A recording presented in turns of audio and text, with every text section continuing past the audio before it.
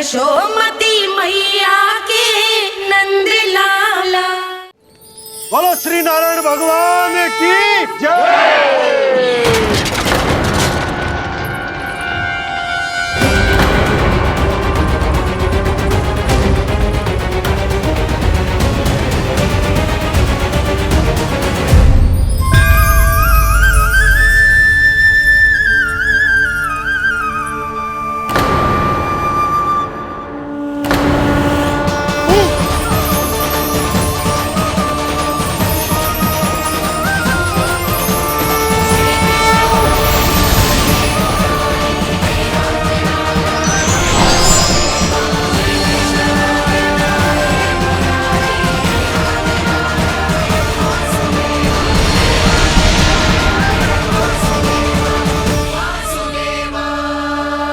प्रभु,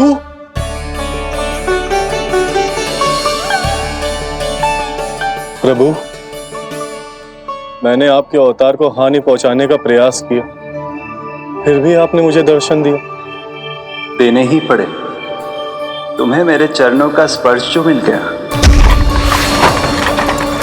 तुम्हें आश्चर्य हो रहा होगा, एक साधारण से स्पर्श से तुम्हें वो मिला जो बड़े से बड़े ऋषियों को भी कठिन से कठिन तपस्या के बाद भी नहीं मिलता। इसका उत्तर तुम्हारे अतीत में छुपा है। दैत्य हिरण्याक्ष के पुत्र के रूप में तुम्हारा जन्म हुआ था। शीघ्र ही तुम बहुत अधिक विशाल और असीम बलशाली हो गए थे, पर तुम अपनी शक्ति का प्रयोग अनुचित ढंग से करते थे।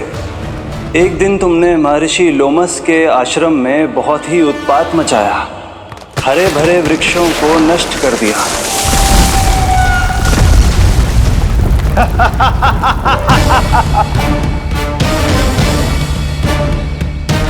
देख क्या रहे हो ऋषिवर? ये विशाल वृक्ष भी मेरे इस विराट तन के आगे कुछ भी नहीं है। जिसे स्वयं अर्जित तक नहीं किया, उस तन पर इतना अभिमान।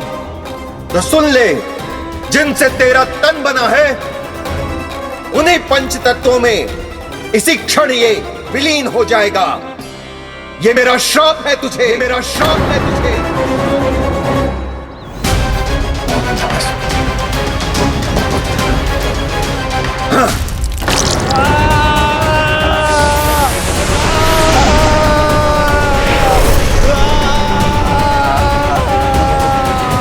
पर तभी तुम्हें अपनी भूल का आभास हुआ और ऋषि लोमस से तुमने क्षमा याचना की। क्षमा करे ऋषिवर, क्षमा करे। मैं मूर्ख, अभिमानी हूँ, अज्ञानी हूँ, परंतु आप तो दया के सागर है। कृपा करे ऋषिवर, कृपा करे। बिना तन के मैं कैसे जीवित रह पाऊंगा? तुम जीवित भी रहोगे और अपने दैनिक कार्यों का संचालन भी कर पाओगे, किंतु सजीव प्राणियों या निर्जीव वस्तुओं की सहायता से। ऐसा जीवन तो मृत्यु के समान है ऋषिवर। इससे अच्छा है आप मुझे जीवन से मुक्ति दे दो। मुक्ति भी अवश्य मिलेगी तुम्हें, पर जब तुम परम प्रभु श्री हरि नारायण के चरणों का स्पर्श करोगे, चरणों का स्पर्श करोगे। और यही नहीं शक्तासुर, कल जब तुम मुझे खोज नहीं पा रहे थे, तब भी तुमने हार नहीं मानी। 7 प्रहर तक 7 बार मेरी और मेरे गोकुल की परिक्रमा की।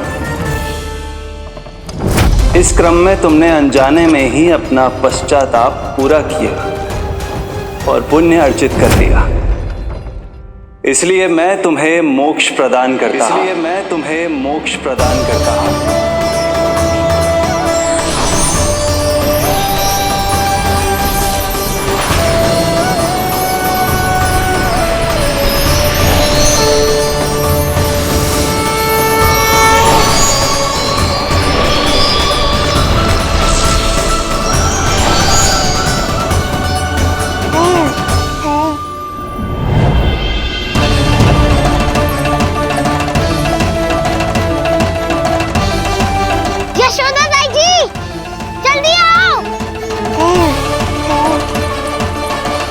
नीलमणि, मेरा लल्ला। लल्ला, तुझे कुछ हुआ तो ना है ना? तुम ठीक तो है ना? मेरा नीलमणि, मेरा प्यारा बच्चा।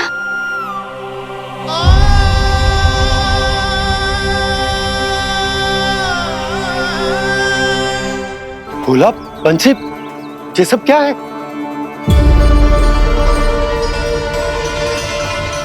उज्जवल, ये किसने करो है? और देख, कहानी मत सुनाइयो। उज्जवल पुत्र, कैसे हुआ ये सब? किसने किया? और किसने? महाबली नीलमणि ने बड़ी ताई जी।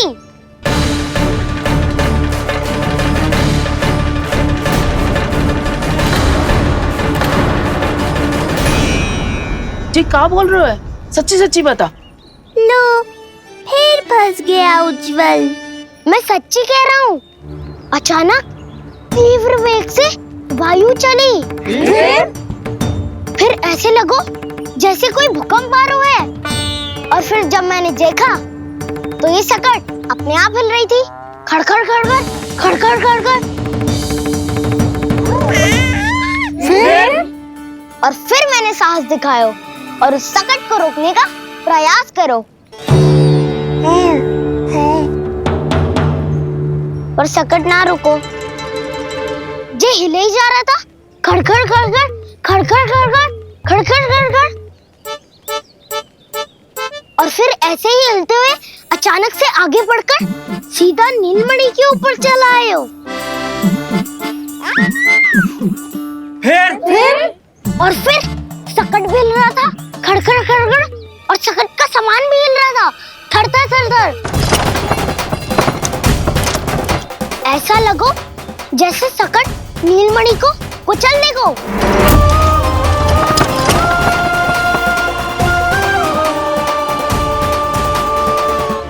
पर तभी जे जाग गए हो। इसने खींचकर अपने पांव का प्रहार करो और चीख गया सकट आकाश पे।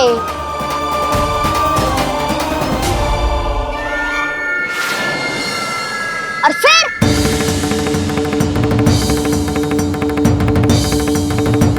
धड़ाम, सब भूमि पे गिरकर चकनाचूर।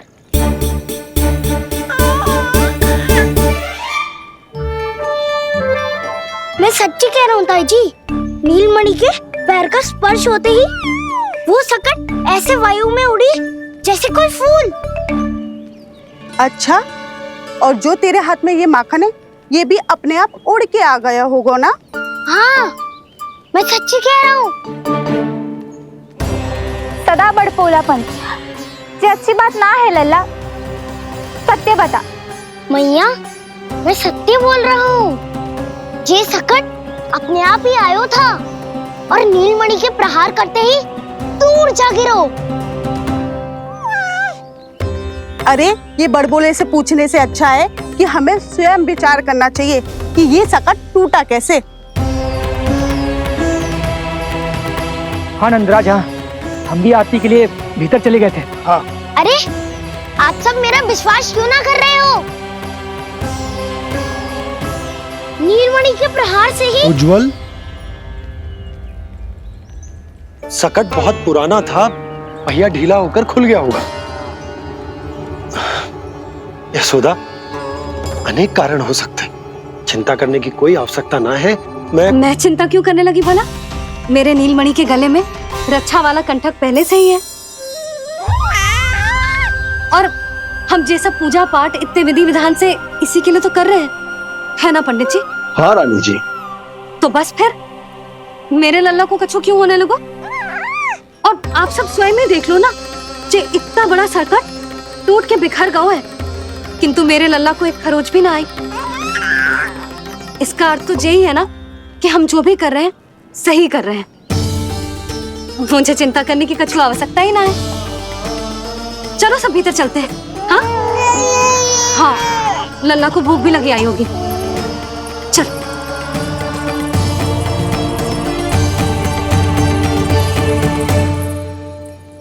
नंदराज जी, अब हमें भी आज्ञा दीजिए। प्रणाम पंडित जी। ध्यान कहाँ था तुम दोनों का? और अधिक सावधान रहने की आवश्यकता थी ना? क्षमा कीजिए नंदराज।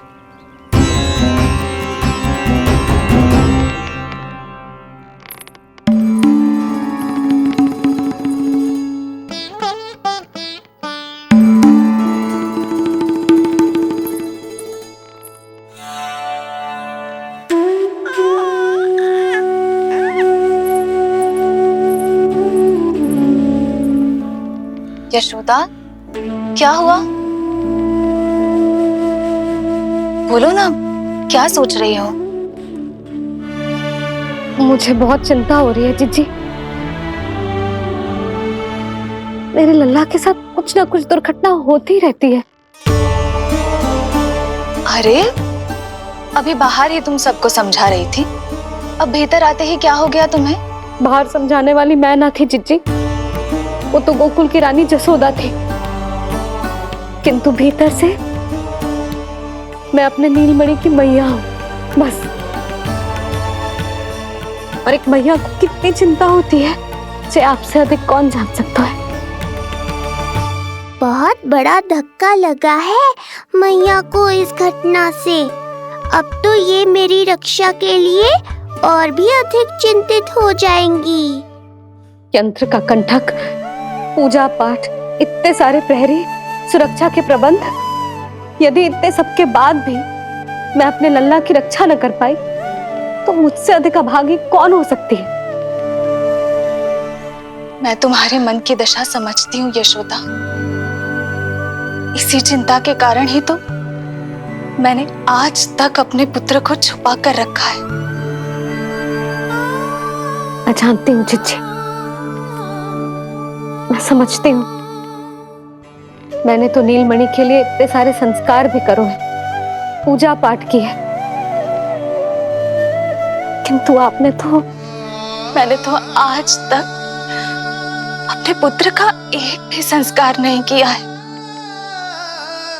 आंसू पोंछ लीजिए बड़ी माँ, शीघ्र ही सब कुछ ठीक हो जाएगा। जब मैंने उसे जन्म दिया, उसके बाद से आज तक न उसे घर के बाहर लाई हूँ, न कोई संस्कार किया है। मैं तो उसका नामकरण भी नहीं करवा पाई हूँ यशोदा। उसके जन्म के समय स्वामी ने यह संदेश भिजवाया था कि उस कंस को हमारे पुत्र के बारे में तनिक भी भनक नहीं पड़नी चाहिए।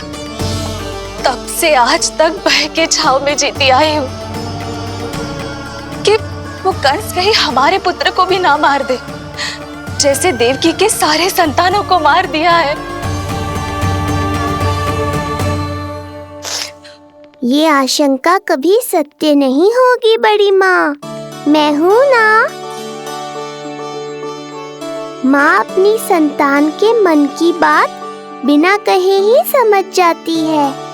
आप भी समझ जाओ ना मैया।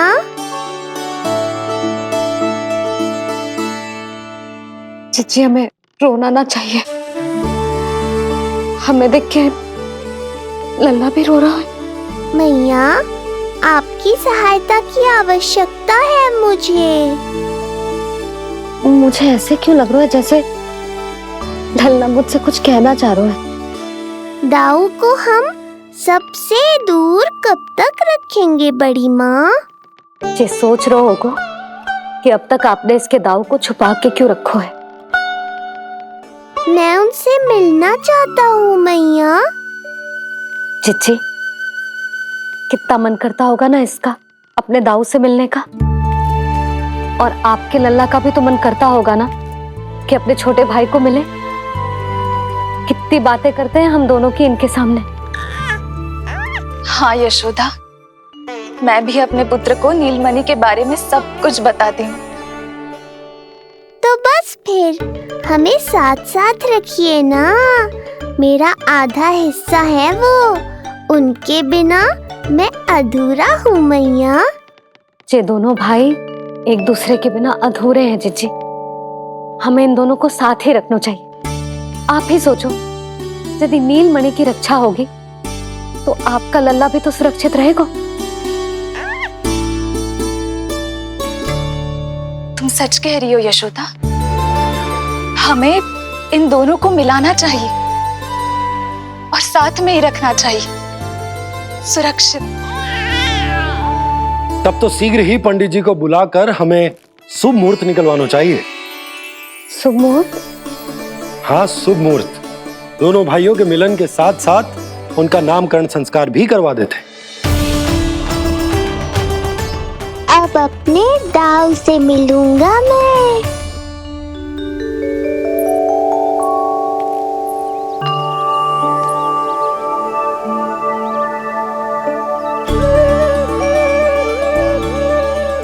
ऋषिवर की दिव्य आभा के कारण ये वातावरण कितना शुद्ध, कितना पवित्र लग रहा है ना।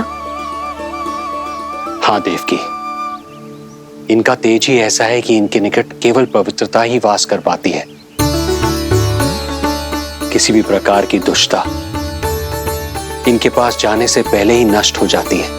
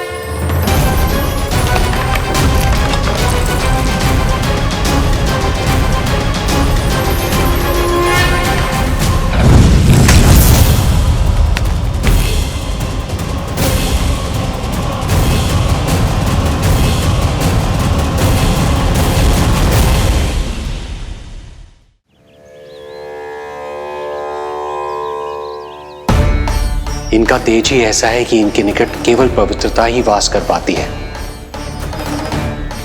किसी भी प्रकार की दुष्टता इनके पास जाने से पहले ही नष्ट हो जाती है। यदि महर्षि की इच्छा के बिना मैंने भीतर प्रवेश किया तो कहीं ये मुझे श्राप ना दे दे। नहीं, इससे तो अच्छा है कि मैं यहीं आश्रम के बाहर रुकूं और यहीं से इन दोनों पर दृष्टि रखूं।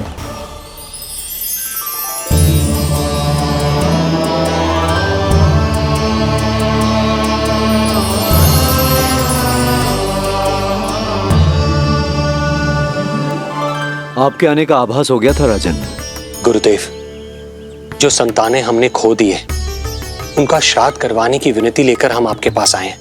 आपका आना व्यर्थ नहीं जाएगा राजन, परंतु मुझे आभास हो रहा है श्राद्ध कर्म इस भेंट का एकमात्र कारण नहीं है।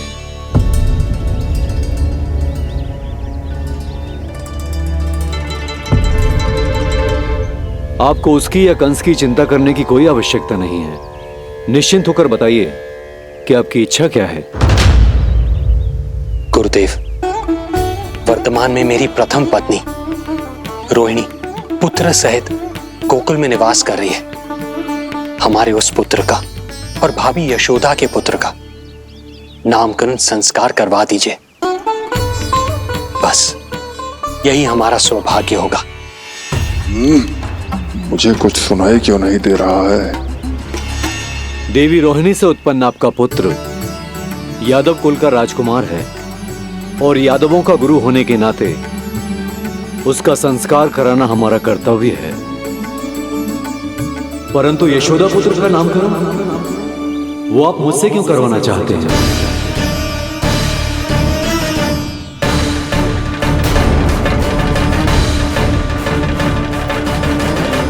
गुरुदेव, सत्य ये है कि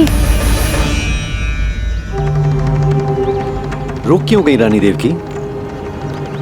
आपके मन में जो कुछ है कहिए। ये कैसी दुविधा में फंस गया मैं। यदि मैंने गुरुदेव को यशोदा पुत्र का सत्य बताया तो कंस को भी पता चल जाएगा, और यदि नहीं बताया तो कहीं ऐसा ना हो कि ऋषिवर ही बुरा मान जाए। लगता है आप दोनों की दुविधा मेरे अनुमान से भी बहुत बड़ी है। अपनी या अपने पुत्र की कुंडली लाए हैं राजन? जी गुरुदेव, अपनी कुंडली है मेरे पास। देवकी,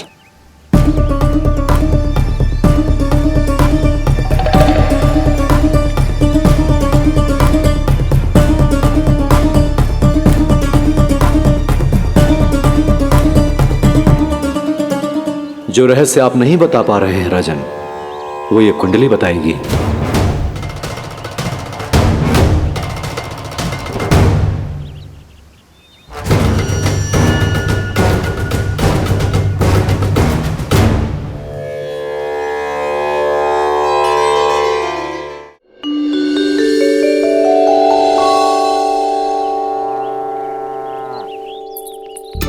लल्ला बता कैसी है जगदा? मैया को हो क्या गया है आज? देख सही सही बताइयो।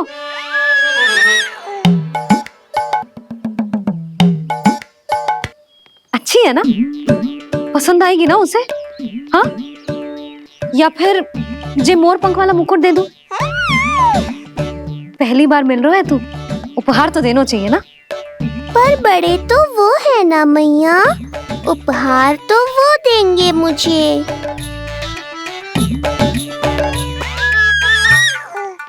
ना ना, मोर पंख वाला मुकुट तो मेरे लल्ला का है ना, जे ना दे सकते। तेरे जैसा कोई कंठक या चांदी वाला कड़ा दे दूं? हाँ? इस मिलन के लिए मुझसे अधिक उतावली तो मैया है।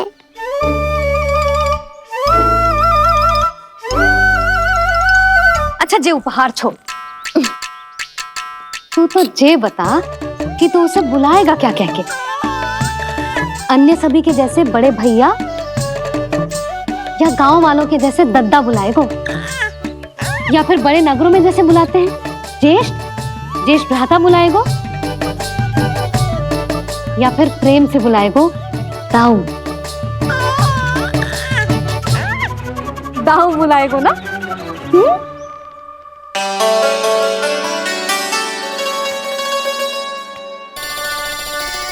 सुनो आपने, हमारे लल्ला ने निर्णय ले लियो, ये अपने भैया को ताऊ कहकर बुलाएगो। अरे वाह, लल्ला ने बोलना भले ही ना सीखो, परंतु तुम्हें बता दियो। और नहीं तो क्या, लल्ला कुछ कहे ना कहे माँ तो समझ जाती है ना लल्ला?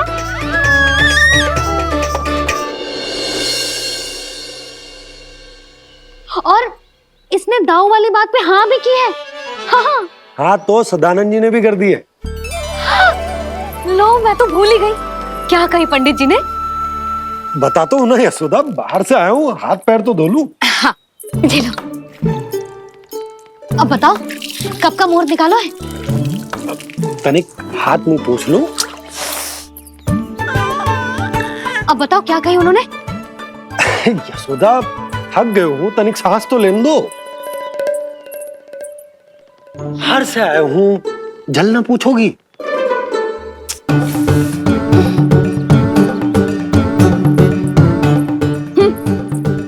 अब बता दो जी।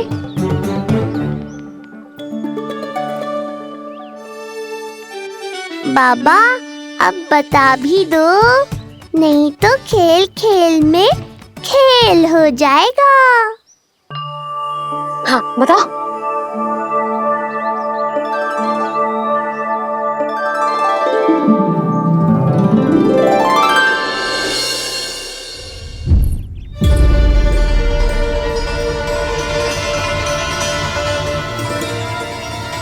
हो क्या रहा है वहां? ये क्या दिया है राजकुमारी ने?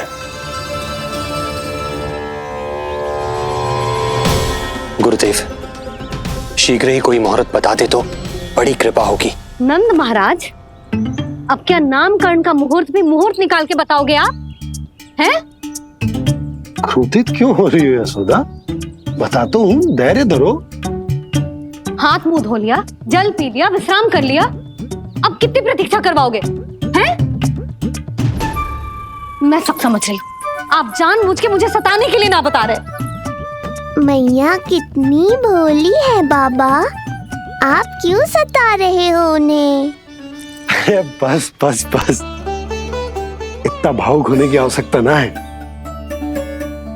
बता तो, पंडित जी ने बताया है एक बहुत ही शुभ मुहूर्त आने वाले सप्ताह में ये है। और जानते हो जिस मुहूर्त किस दिन पड़ेगा? जिस दिन हमारा लल्ला पूरे 100 दिन का हो जाएगा। इससे अच्छा मुहूर्त तो हो ही नहीं सकता। धन्यवाद गुरुदेव।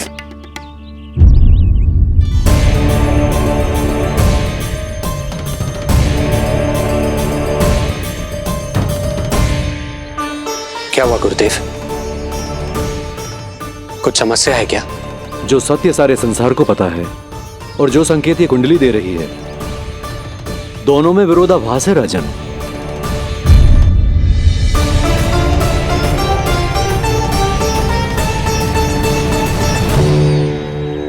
मैंने कहा ना राजन, उसकी चिंता करने की आवश्यकता नहीं है। ये कुंडली मुझसे कह रही है कि आपके भाग्य में केवल पुत्र थे। आपके भाग्य में केवल पुत्र थे, तो पुत्री कैसे हुई? इस कुंडली के अनुसार आपकी दोनों पत्नियों के एक एक पुत्र जीवित हैं।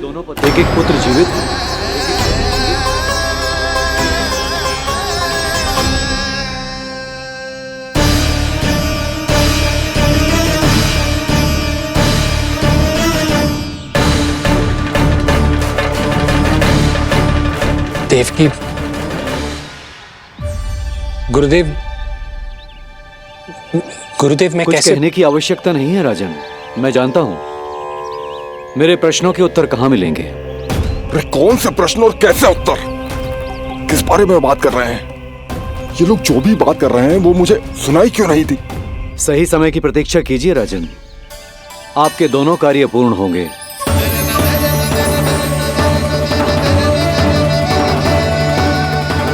अब आप निश्चिंत होकर जाइए और प्रसन्नता मनाने की तैयारी कीजिए। आपका बहुत बहुत धन्यवाद गुरुदेव। प्रणाम।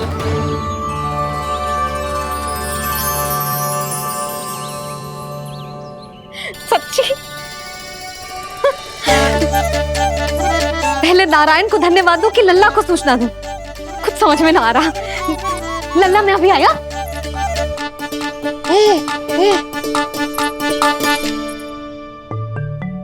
आपका बहुत बहुत धन्यवाद नारायण। अब शीघ्र ही मेरे लल्ला और उसके दाऊ को उनके नाम मिल जाएंगे, वो नाम जिससे वे पूरे संसार में पहचाने जाएंगे। अब लल्ला को बताती हूँ। लल्ला, तू जैसे ही 100 दिवस का हो जाएगा, तेरा और तेरे दाऊ का नामकरण हो जाएगा। हाँ। किंतु आपने तो बताओ ही ना, हम इन दोनों को मिलवा कब सकते हैं? क्या देख रहे हो, बताओ तो। यशोदा, पंडित जी ने कही कि दोनों भाइयों को मिलवाने के लिए कोई मुहूर्त की आवश्यकता ना है, तो हम चाहें तो इन्हें आज भी मिलवा सकते हैं। लल्ला सुनो तूने, तू आज ही अपने दाऊ से मिल सकता है। मैं अभी सारी तैयारियां करती हूँ। भव्य मिलन होगा गोकुल में, भव्य मिलन। कुंडली के अनुसार इन दोनों के 8 पुत्रों में से 2 जीवित बचे हैं। पहला तो रोहिणी पुत्र है, पर दूसरा कौन है? और वो कन्या कौन थी जिसे कंस ने मारा था? वासुदेव की कुंडली में अभी तक पुत्री योग बना ही नहीं है।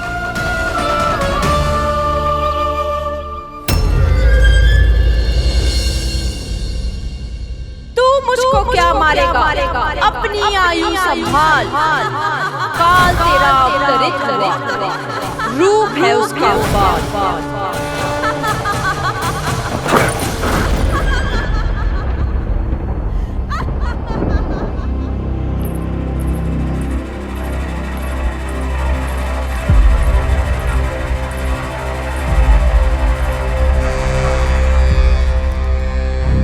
आधी रात को इस तरह से उठकर बैठे हुए हैं आप स्वामी।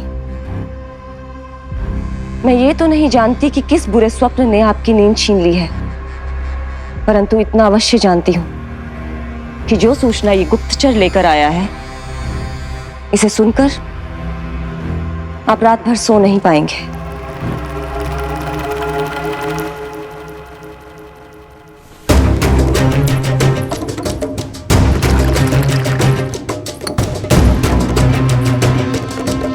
क्या सूचना है? महाराज, उत्कच मारा गया। उत्कच मारा गया। उत्कच मारा गया।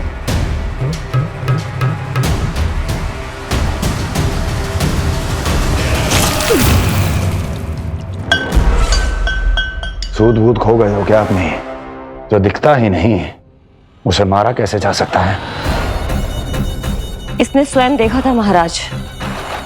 जिस शकट में समाकर शक्तासुर उस बालक को कुचलने वाला था, आपके शत्रु ने उसी शकट को चकनाचूर कर दिया।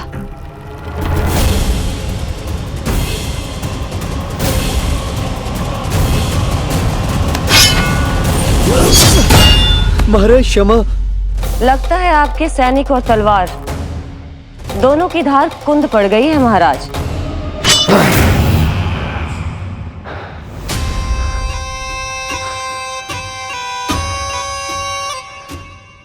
इस तलवार की धार पर अब तभी विश्वास दृढ़ होगा जब ये उस बालक के रक्त से स्नान कर लेगी।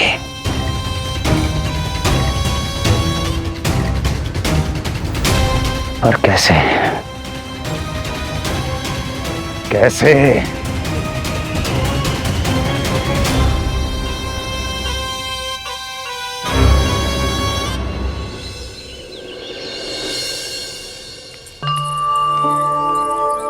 कैसी लगी तुझे दाऊ से मिलने की तैयारी? बहुत अच्छी है मैया, पर उससे भी अच्छी है वो प्रसन्नता जो इस मिलन के उत्साह में मुझे आपकी आंखों में दिख रही है।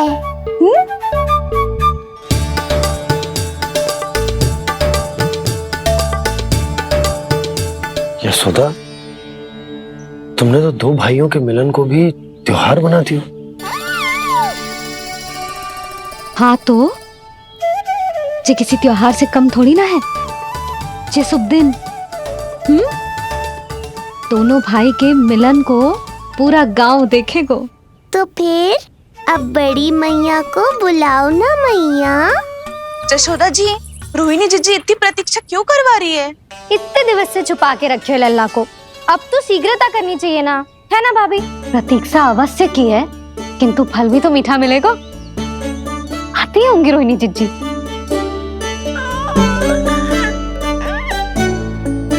जीजी, कहीं उन्होंने अपना विचार तो ना बदल दियो?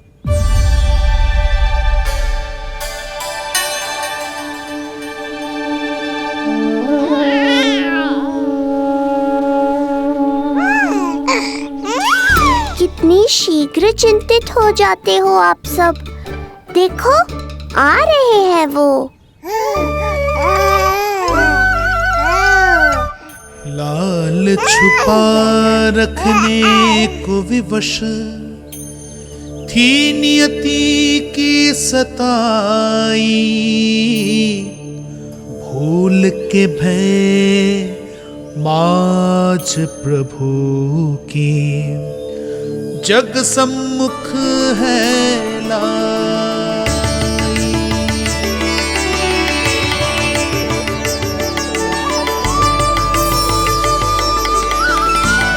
देखो तो कितनी मधुर मुस्कान है। और आंखें कैसी गंभीर और गहरी है। अरे अरे, ये तो हमारी नीलमणि की तरह सुंदर भी है। सही कह रही है तू, और कितना प्यारा भी है। और कितना बलशाली भी लग रहा है ये, है ना? तो देखो इसके। हाँ बिल्कुल लाल लाल टमाटर की तरह। देखो तो दाऊ आए नहीं कि ये सब की सब मुझे भूल ही गई। अरे हटो सामने से, मुझे भी तो देखने दो।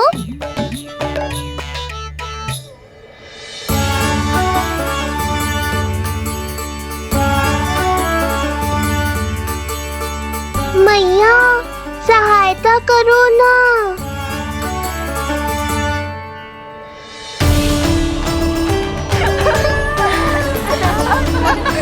चलो हटो सब, हटो हटो हटो हटो सामने से।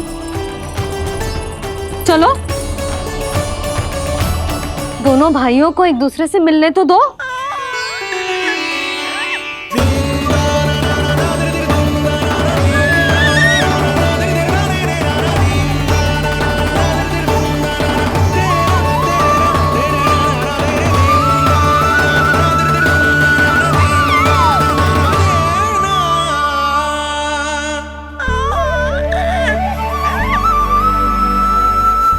चल लल्ला, चल आजा। देख लल्ला, आ गए जे तेरे भैया, तेरा दाऊ। जी भर के बातें करो और निहारो एक दूसरे को।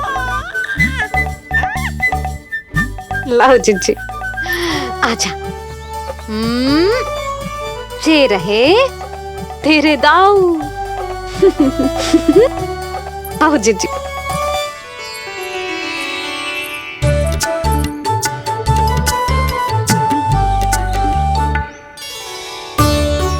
स्वागत है दाऊ। कितनी प्रतीक्षा के बाद अब जाकर आपसे भेंट हुई है।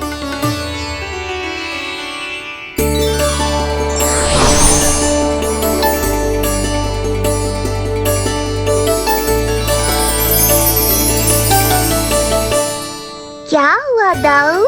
मुझे पहचान नहीं पा रहे? कितनी देर लगाओगे दाऊ? अब तो पहचान लो, छोटा भाई हूँ आपका।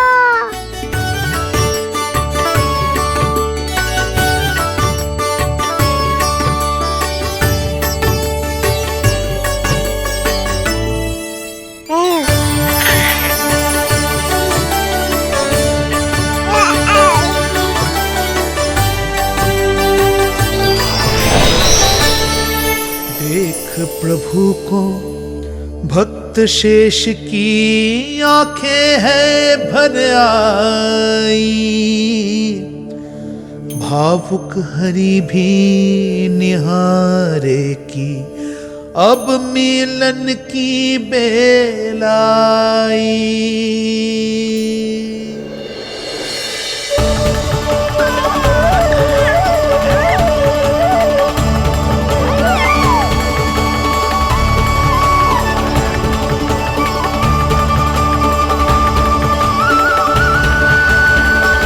प्रभु, आपके दर्शन पाकर मैं धन्य हो गया। प्रभु नहीं, छोटा भाई पुकारो शेष। ये कैसे संभव है? आप नारायण हैं, मेरे प्रभु। ये जानते हुए भी मैं आपसे बड़ा कैसे बन सकता हूँ? हर दुविधा की तरह इसका भी समाधान है शेष। अब तो हम एक दूसरे से मिल भी चुके हैं। पृथ्वी पर हमारा सूत्र जुड़ चुका है, इसलिए समय के साथ तुम ये भूल जाओगे कि तुम्हारा ये भाई मेरा ही अवतार है। ये क्या कह रहे हैं प्रभु? वही जो आवश्यक है, नहीं तो तुम नीलमणि के बड़े भाई होने का कर्तव्य कैसे निभाओगे? कैसे डांटोगे मुझे? और बड़े होने के नाते मुझ पर अधिकार कैसे दिखाओगे? पर प्रभु, पर किंतु परंतु ये सब भूल जाओ शेष। आज से, इसी क्षण से मैं हूं तुम्हारा छोटा भाई और तुम मेरे ताऊ। मैं हूं तुम्हारा छोटा भाई और तुम मेरे ताऊ। नारायण नारायण दाऊ। दोनों इतने सुंदर लग रहे हैं, मेरी तो दृष्टि भी ना हट रही इससे। कहीं मेरी ही दृष्टि ना लग जाएगी। ये तो प्रतिदिन की कथा है दाऊ। हे नारायण, मेरे कानों से तो अभी से रक्त निकलने लगा। आदत डाल लो दाऊ, अब तो सहना ही पड़ेगा। वो देख रहे हो, सुलक्षणा चाची सबसे अधिक चतुर यही है। केवल अधिक चतुर ही नहीं नीलमणि, बहुत अधिक सयानी भी है ये। बिल्कुल सही पहचाना दाऊ, पर आप चिंता मत करो, मैं हूँ ना, मैं संभाल लूंगा इन सबको।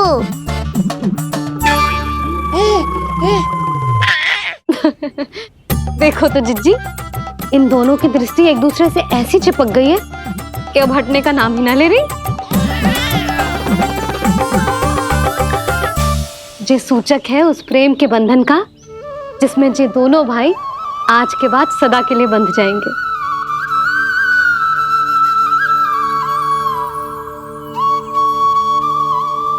मुझसे भूल हो गई यशोदा, मैंने इन दोनों को पहले ही मिलवा देना चाहिए था।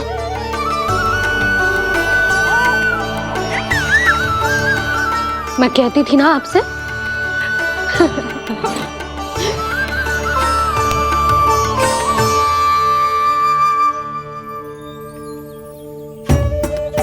आई मैं।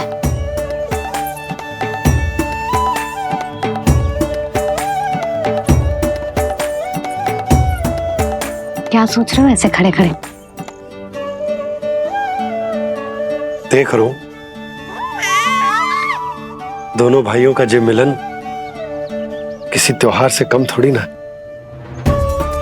सही कहा था तुमने।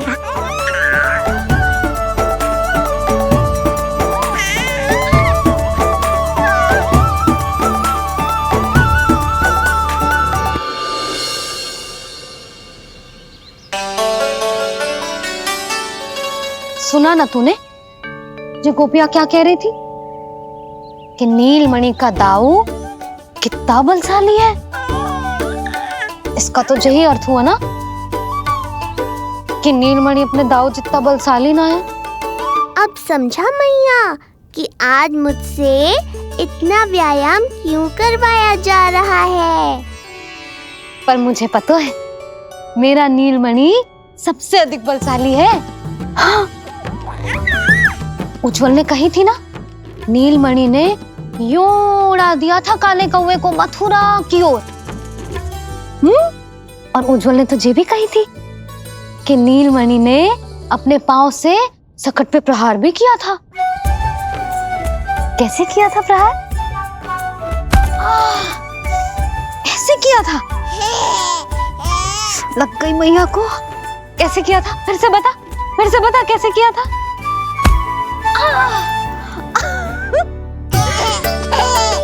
मेरे लल्ला में कितना बल है। मैया को ही ढकेल दियो पीछे। अच्छा ही है कि आप उज्जवल के कहे को गंभीरता से नहीं ले रही, नहीं तो आपका ये रूप मैं कैसे देख पाता मैया। फिर से बता कैसे मारा था? कैसे मारा था?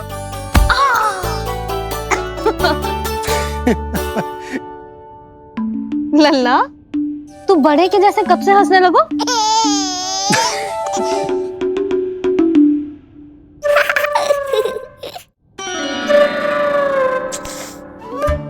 आप यहाँ क्या कर रहे हो? छुप छुप के मैया और लल्ला को खेलते हुए देखने के अतिरिक्त और कोई कार्य ना है आपके पास? कार्य तो है,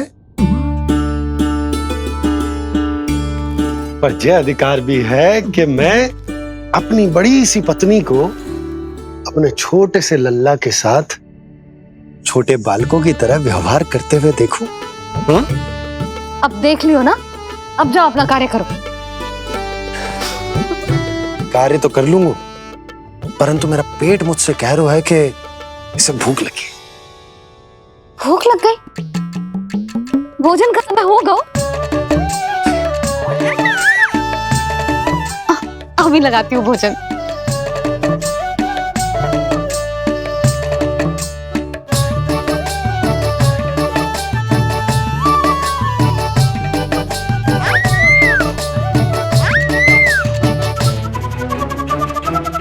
क्या हुआ लल्ला, इतना उतावला क्यों हो रहा है तू? तुझे भी भूख लगी आई है क्या? सच्ची में भूख लगी आई है कि मंद मंद मुस्कुरा के मैया को बांधना चाहता है? तनिक रुक जा, तेरे बाबा को भोजन परोस के यूं गई और यूं आई। मेरा अच्छा लल्ला। आई।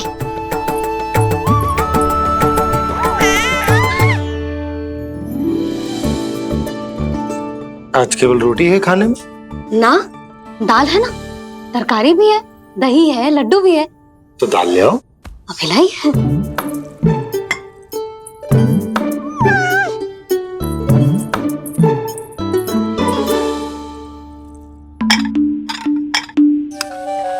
अवश्य भूख ही लगी होगी उसे। यशोदा, दही नहीं दाल। क्षमा करना, भूल हो गई।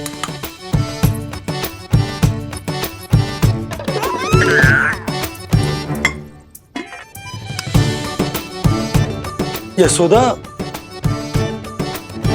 दाल दाल।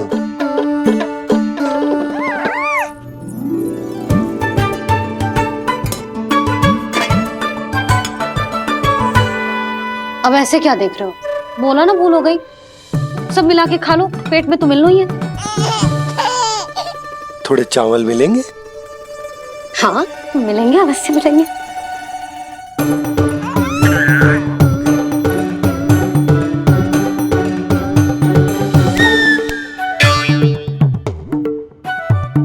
लड्डू नहीं, चावल।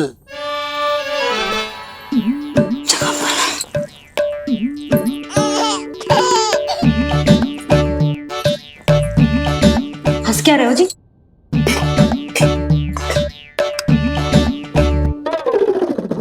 आज व्यायाम भी बहुत कस के करवाओ था मैंने, कहीं अधिक भूख तो ना लगी होगी। सच्ची है यशोदा, बिल्कुल ना बदले तुम। पहले रामू की चिंता में व्याकुल रहती थी और अब हम नीलमणि में तुम्हारा मन लगा रहते। हाँ तो लल्ला भूखा हो और मैया का मन व्याकुल भी ना हो, ऐसा हो सकता है भला? फिर तो दूध पिला दो ना उसको। जाऊं? शीघ्र जाओ। किंतु आप तो खा रहे हो ना पतिदेव। वही तो यशोदा, मैं खा रहा हूं, किंतु वो भूखो है। जाओ। ठीक है। यहाँ थी तो लल्ला की भूख के लिए चिंतित थी, अब वहां जाएगी तो पक्का मेरे भोजन के बारे में चिंता करेगी। कहीं आधी भूख में ना उठ जाए तेरे बाबा, उन्हें कुछ और चाहिए होगा तो? सही कहा था बाबा ने, वहाँ मेरी चिंता थी, यहाँ बाबा की चिंता है। सच्ची मैया, अनोखी हो आप। अरे इतने से पेट भर गया तेरा? ना, ये वाली मुस्कुराहट तो मत ही दिखा मुझे, इतनी शीघ्र तेरा पेट भर ही ना सकता।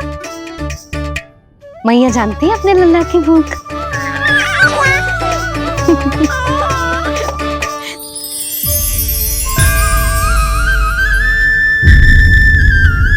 ये क्या है लल्ला? ये क्या था तेरे मुंह में? दिखा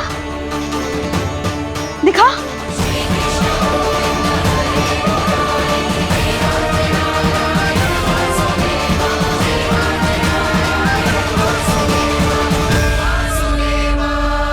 कान्हा के नटखट लीला और मजेदार कारनामे देखने के लिए चैनल को सब्सक्राइब करें और बेल आइकॉन दबाना ना भूलें।